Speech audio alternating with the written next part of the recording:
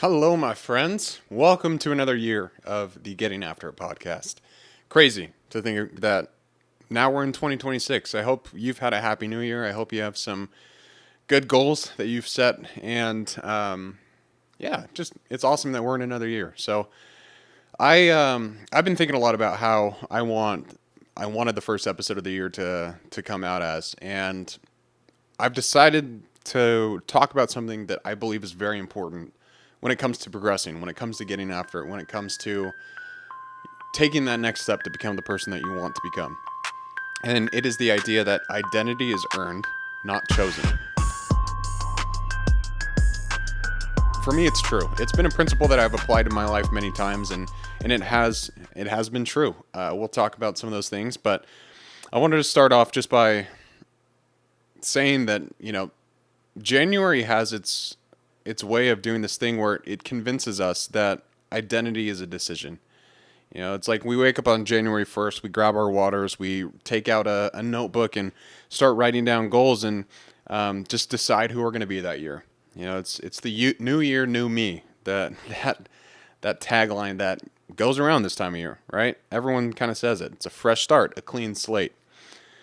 Same problems, just with better intentions. And look, I'm not anti goals at all. I'm not anti New Year's resolution. In fact, I think that's important, and I like goals. I set goals for myself. I have many for this year.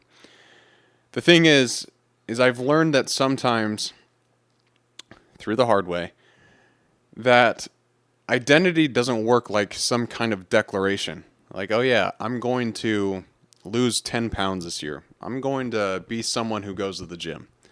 I'm going to start a podcast and be a podcaster. And those are all great goals. But you don't wake up one morning and suddenly become disciplined.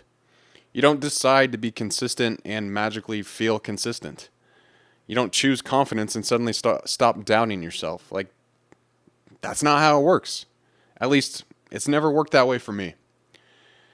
For me, identity has always shown up after action, not before it.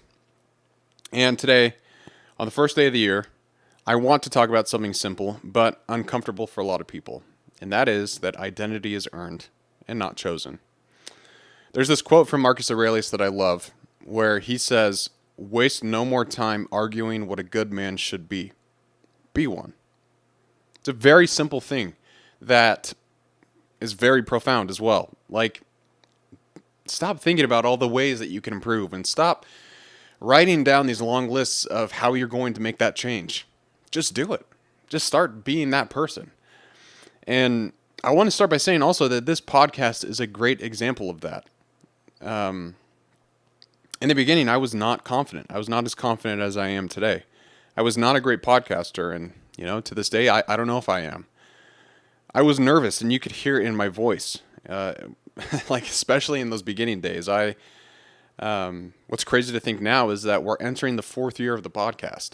Getting After It's been going on since 2022, August of 2022. So we have a little bit longer to get to that 4-year mark. But it's not because I'd set goals for myself like, okay, well, I'm going to do a podcast every week and everything in that sense. I told myself that I was a podcaster, and so I tried to do things that I knew podcasters did, and that was improve. It was learn. It was trying to get their skills in terms of telling stories and getting things out to their audience a little bit better. At the beginning, I sat at my kitchen table. I only had a microphone and my laptop. I would film on my laptop. It was really bad quality. But here I was, this kid, like I look like a kid in the videos. Here I was just trying my best to become a podcaster. And those first episodes were hard. Like, until I got to around, 100 episodes, I wouldn't say I was fully confident in what I was doing. So what I'm going to do now is play a little clip for you of Brett in the beginning. I just want to paint the picture that identity is earned, not chosen. And I didn't become a podcaster overnight. It took time. And I'll let the clip speak for itself.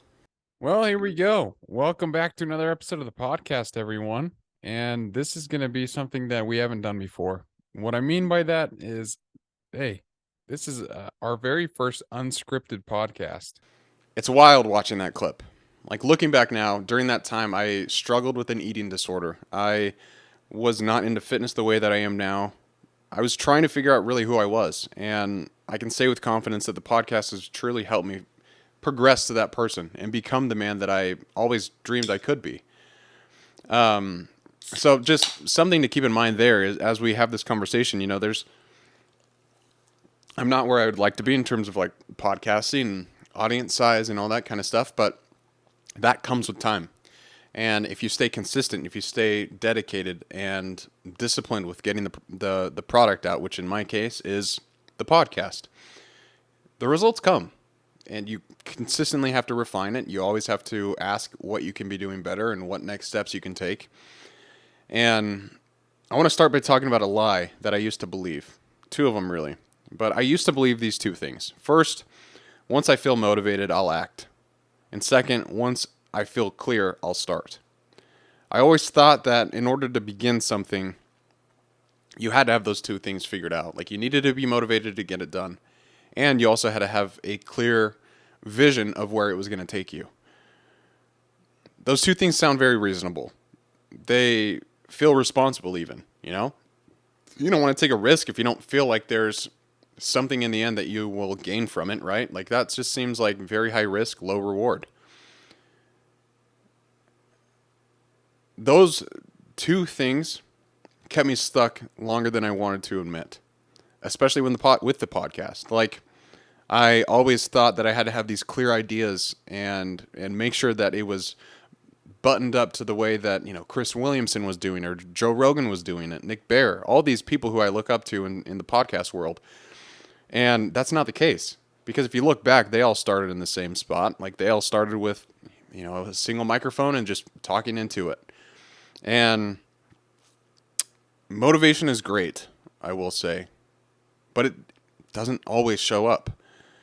It's funny because I was thinking about motivation, and I believe it has the emotional stability of a child. Like, it's here, then it's gone, and then it yells at you because you asked it to do something mildly convenient, right? And clarity is overrated in the beginning, in my opinion. Like, most people aren't lazy, I would say, even considering myself in that equation. But I would say most of the part, like if people are waiting on certain goals or they're trying to make these things happen, they're waiting. They're waiting to feel ready. They're waiting to feel confident, and they're waiting to feel like the kind of person who does the thing that they want to do. Again, here's another uncomfortable truth for you. Waiting feels productive. It feels thoughtful. And a lot of the time, it's just fear. It's just fear wearing a different outfit. Like, when I started the podcast, many of you know this if you listen to it, but I had the idea for probably a year that I wanted to start something. And again, I waited for those things. I waited to feel motivated. I waited for that clarity. And there was one night when I was sitting in my apartment where I just had the realization that that's not going to come until I start. Like that clarity will not come until I start. I'm not going to figure out what getting after it's going to be until I begin talking about it and I begin listening to the audience and what they have to say and bringing on other people to hear what they get after and recognize that I am not as great as I thought I was because all these other people are doing amazing things, right? And it was humbling in the beginning. Like once I started, I realized that I did not know as much as I thought I did going into this. But it's also a great thing. Like that's a great motivator because when that comes up, you realize, oh yeah, well, I don't know as much as I need to. Then hopefully you say, okay, well, what steps am I going to take to actually understand this, to make the best work that I possibly can with this podcast or whatever it is for you. But I will say the longer that you wait, the harder it becomes to act because now you're not only just starting, you're starting with a certain amount of guilt. That comes with waiting. It's something else that running has taught me. This is where running kind of changed everything for me. I didn't start running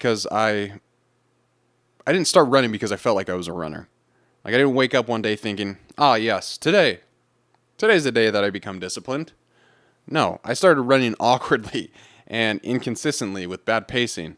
I looked like a lanky, skinny kid that was trying to get fit. Um, I don't know. It's just kind of funny looking back now of where I started. And I've told the story before where I ran 3 miles at an 11-minute pace, and I was really proud of that. And I still am proud of that effort, but it's progressed over time. And then something interesting happened. The more that I showed up, the more I showed up, especially on days that I didn't want to. The more my behavior shaped how I saw myself at that point. Like at some point, I stopped saying I'm trying to run, and I started thinking I am a runner. And here's the important part: that identity came with a standard. Because once you see yourself as a runner, certain things follow. You train even when it's convenient for you. You adapt when things don't go perfectly. And you don't negotiate every single workout with your feelings. You don't run because you feel like a runner. You feel like a runner because you run. That's the loop. The loop is action, identity, higher standard, more action. That's how the podcast has gone. I started and then I figured out the identity piece. I set higher standards for myself, and then that is followed by more action. Same thing with running. I started to run.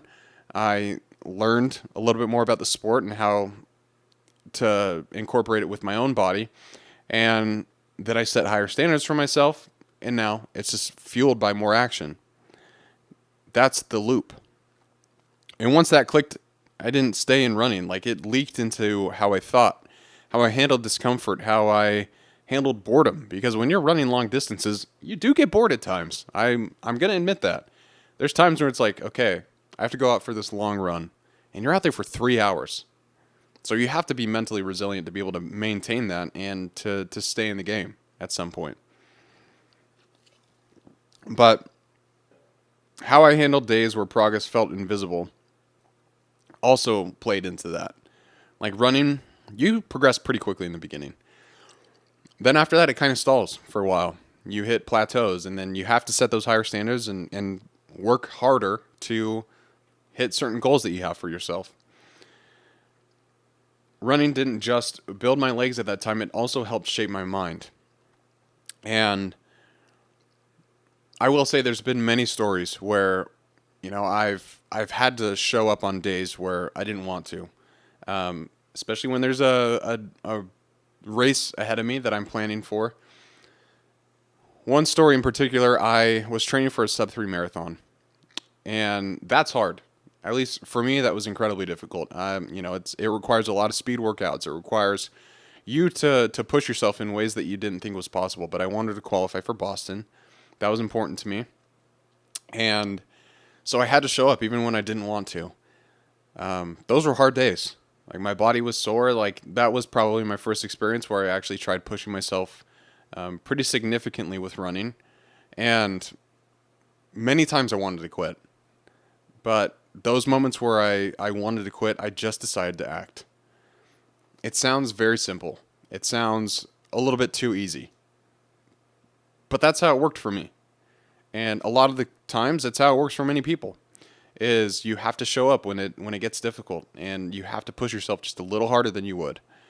That leads to progress, and it leads to growth. Now, I want to talk about standards versus goals because there is a distinction that I think people miss sometimes. Goals are outcomes. Like that is a very outcome oriented thing. Like you set goals on January 1st, like this is what I want to do throughout the year. Those are outcomes. That requires action to go into them. But standards are behaviors. Like that is who you are. If you are a runner, then act like it. Go run.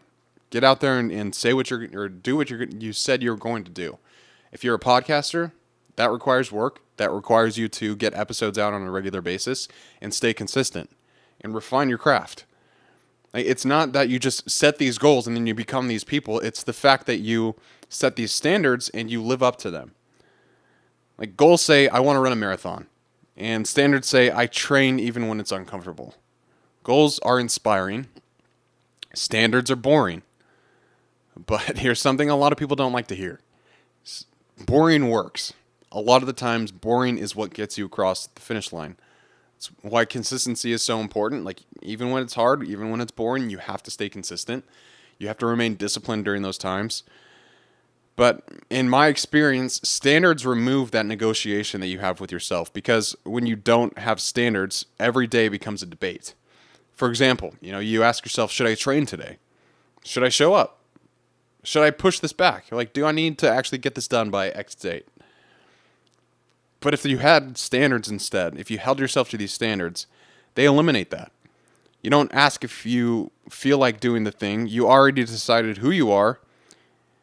And the funny part is that people think standards make life rigid.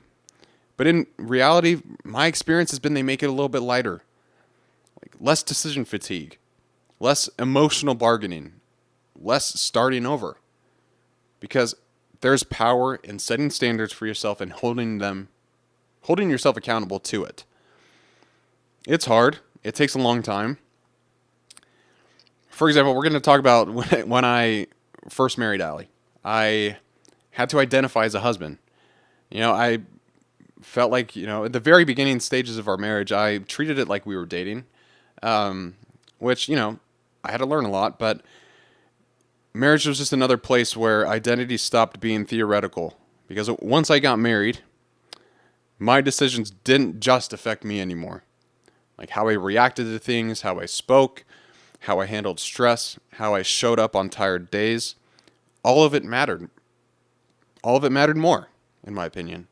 Because now, like I said, I wasn't just making decisions for myself, it was for our family. And I didn't just suddenly feel like a better husband. That took time.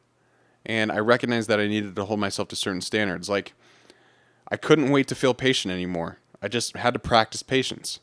I couldn't wait to feel calm. I chose calmer responses when things weren't how I wanted them to be. Marriage didn't erase who I was, it expanded who I needed to be. And that's an important distinction as well. Identity is not about self well, identity is not about self-expression. It's about responsibility. If I wanted to be a good husband, I had to be responsible with my actions. How I treated my wife. I cannot talk to get today. I'm really sorry, guys. But how I treated my wife, how I showed up in our marriage, how I helped her when I was tired. All those things mattered. And there was one experience that Allie and I called the Tuesday, where, like I said, I was kind of in dating mode with marriage. I was not as committed as I probably needed to be in the beginning. And Allie had a hard conversation with me that day. She basically said, like, hey, this is our life now. We are in this together, and we have to share our lives.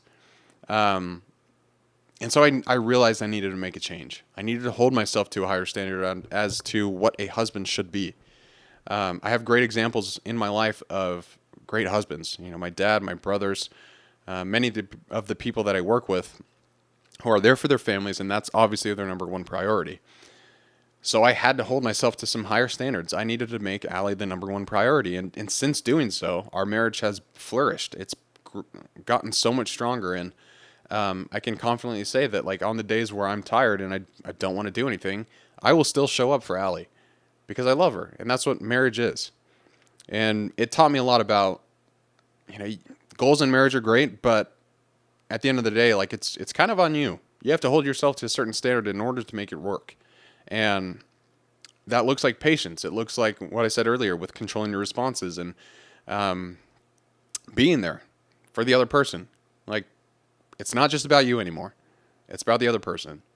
And once I told myself that that's what we're going to do, it bled into all the other aspects of my life. There's something else that I've been thinking about when it comes to identity is the challenge of when you go through life, there are certain times where it feels like you don't know who you are. You've lost your identity, and that could come from career shifts. It could come from injuries. It could come from certain life changes, like maybe you got married, maybe you had a child, maybe you moved to a different state. But it could also be seasons where what used to define you doesn't anymore. And those are all so difficult to deal with. Because sometimes, like, it is very unclear. You don't know what the next step should be. You don't know what you should be working towards. You don't know what the future is going to hold for you, and that is scary. It can create anxiety. It can make you feel anxious. All these things. And when that happens, the mind starts spiraling. At least it does for me. This is kind of what happens. This is, like I said, this podcast is it's basically just a selfish project and an autobiography of myself and what I go through. So cheers to that. As I drink a Coke Zero. One of these days we're gonna get sponsored by Coke Zero. But you start asking yourself, like, who am I now? What's my purpose? What if I never get back to who I was?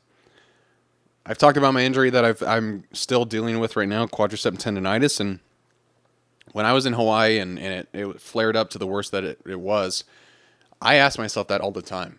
And I was worried about getting after it. I was worried about my future trail runs and my ultra marathons.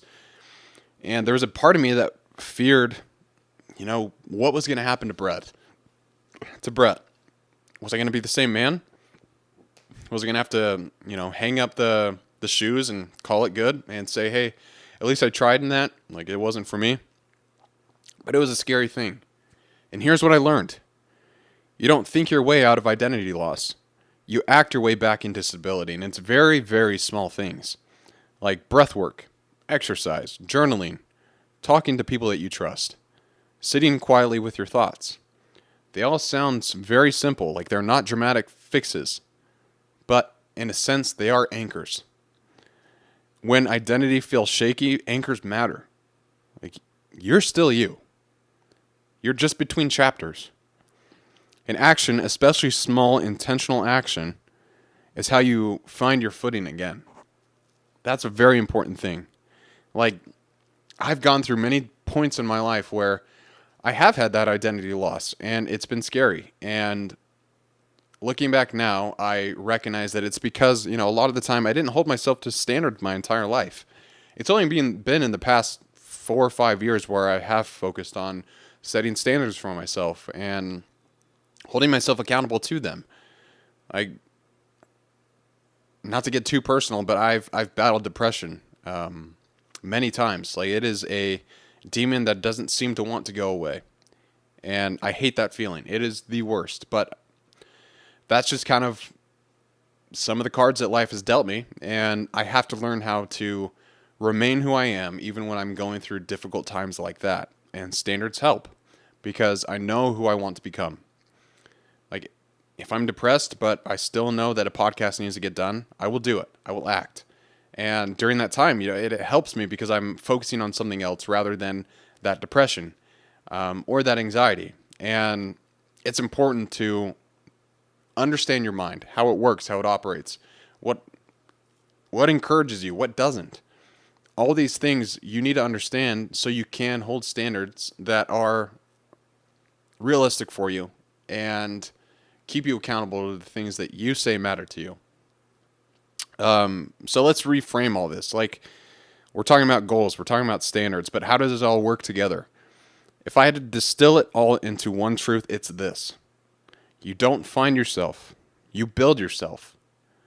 Quietly, repeatedly, and without applause. No one's going to be cheering you on through this. They might say, hey, you're doing great with this. But a lot of the times it's the quiet moments where it's just you and your thoughts, where the work happens, where you're refining who you want to become. You're setting the bar a little bit higher for you to achieve something great. Identity isn't formed in moments of inspiration. Inspiration comes and goes. It's like a day. You might have a great day where you get all inspired, you have all these great thoughts, and that might last for a while. But in my experience, it's like the sun. It comes up a little, it's dark in the beginning, and as the day progresses, it gets brighter and brighter until around noon where it's right at the top. But then it goes down. And if you're not fueling that with your own standards, if you're not holding yourself accountable to what inspires you, that inspiration is going to go away. Identity is formed in moments of alignment when no one's watching. The days you show up tired. The days motivation doesn't come. The days clarity feels far away. Those days count more than the highlight moments, in my opinion, because you're still showing up, especially when it's difficult. There's something really important in that phrase, especially when it's difficult. Because for me, in my experience, those are the days that teach me who I truly am. Like if I'm able to show up on a day, like today was a great example at the gym. I'm tired. I ran 30 miles in 3 days with my knee, like still in pretty bad shape. But I got to the gym today and I just felt beat. Like, we had New Year's Eve last night and all these things. And I still had the standard I needed to hold, which was I'm going to go get a workout in and I'm going to run. And it was not an easy workout. It was not enjoyable in many of the ways that working out is for me. But I'm proud of the fact that I stick to the plan and I got it done. Like that's why I say that those days count, especially when it's difficult, because you're still able to show up and you're still able to get the thing done that you wanted to. And that is what holding a standard looks like. You show up, even when it's hard. So, what I'd encourage you to do today is don't write down 10 goals. I would write down one standard you want to hold. And that could look like I'm going to be in the gym every week, 4 times a week, or whatever it is. Like, yes, that is a goal, but it's also a standard that you hold for yourself because there's going to be days during those 4 days a week that you don't want to work out, but you still show up. That's what a standard versus a goal is. But write one standard, one behavior that you'll keep even when the feeling disappears. This year does not need a new version of you. It needs you to consistently act like the person you already know you're capable of becoming. And that's how identity is earned. It's through the small actions. It's through the boring stuff. And I wish there was a different way that I could say it. But in my experience, that's really how working towards goals has come to fruition for me. It's not through setting specific deadlines that does help, but at the end of the day, it's are you able to show up when you don't want to? And if you have that standard for yourself and you hold yourself to it, the results will come. It's like I said with the podcast, going back to that example. I think 2022 Brett would be very proud of who I've become today. Not because I have the recognition that a lot of podcasts do, or I have the following that I would love, but it's because of the fact that I've stayed in the game and I've really tried to improve how I speak and how I get these messages to you all, and I've tried learning more so I can have better conversations with guests and have better solo episodes. But I think he would look at me and say, "Hey, you've stayed in the fight, you've stayed in the arena, and I'm proud of you for that." I'm proud of 2022 Brett for even deciding to become a podcaster. Like that's something I never thought I would do in my life, and it's been a huge blessing to me, just in terms of growth and in terms of conversations I've been able to have with other people, stories that I hear from you all. It's been awesome. But that only happened because I set standards for myself and I held myself to them. That same thing can happen to you. You have to believe it. You have to do it when it's difficult. And I can't tell you how many times I wanted to quit the podcast because sometimes it is a little bit, sometimes it's not demoralizing, but it's difficult to keep going. I like I said, I don't have the following that I would expect to have at this point, but I was listening to an episode of Chris Williamson's podcast today. It's like a 4 million subscriber Q&A where he will answer questions that his audience has for him. And one of the questions was, do you ever think you'll get burnt out with doing, self-discovery is what he called it. And Chris's response is, one, it's encouraging to me, but two, I think it's very real. He said that, it took him 400 episodes to get to 100,000 subscribers.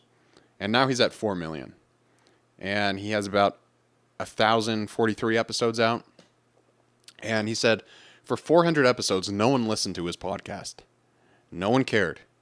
And it wasn't until it started to grow that he saw the potential of it, and it's become what it is today. Now it's the number 8 podcast in the world, and that's wild. And he just talked about how there were days when he also wanted to quit, and so I think that's a very human feeling. Chris Williamson is probably the number one podcaster I look up to the most, just because he's very stoic and he's intelligent and he explains things very clearly, and he has incredible guests on. And hearing him, one of my heroes, say that, he struggled because there were days when no one would listen and he would get 5 downloads on a podcast episode. Hearing him say that tells me, like, hey, you just have to do more. You have to act more. You have to hold yourself to these higher standards. And it's like that loop I said, action, identity, higher standard, more action. That's what I need to do. And it is possible to get to his level, but that's not going to happen if I just keep going through this without a vision for the podcast and without holding myself to these standards. Because I want this thing to grow. I want Getting After It to become a nationwide and even global podcast. Like, I want people to listen to this and get inspired and change their lives and take action on the things that they've been holding back, because maybe it's fear. Maybe it's you're waiting for motivation. You're waiting for that clarity. And if I had the opportunity to help one person, then this is a success. And I just have to keep remembering that the things that I say, the experiences that I have, if properly dictated to the audience, it can have an impact. That's what keeps me going. That's what gets me excited every time that I sit down to record a podcast, is I think, who's on the other side listening to this? What do they need to hear right now? And at the start of the year, especially January 1st, where people are making resolutions, I want you guys to know that setting standards for yourself is more helpful.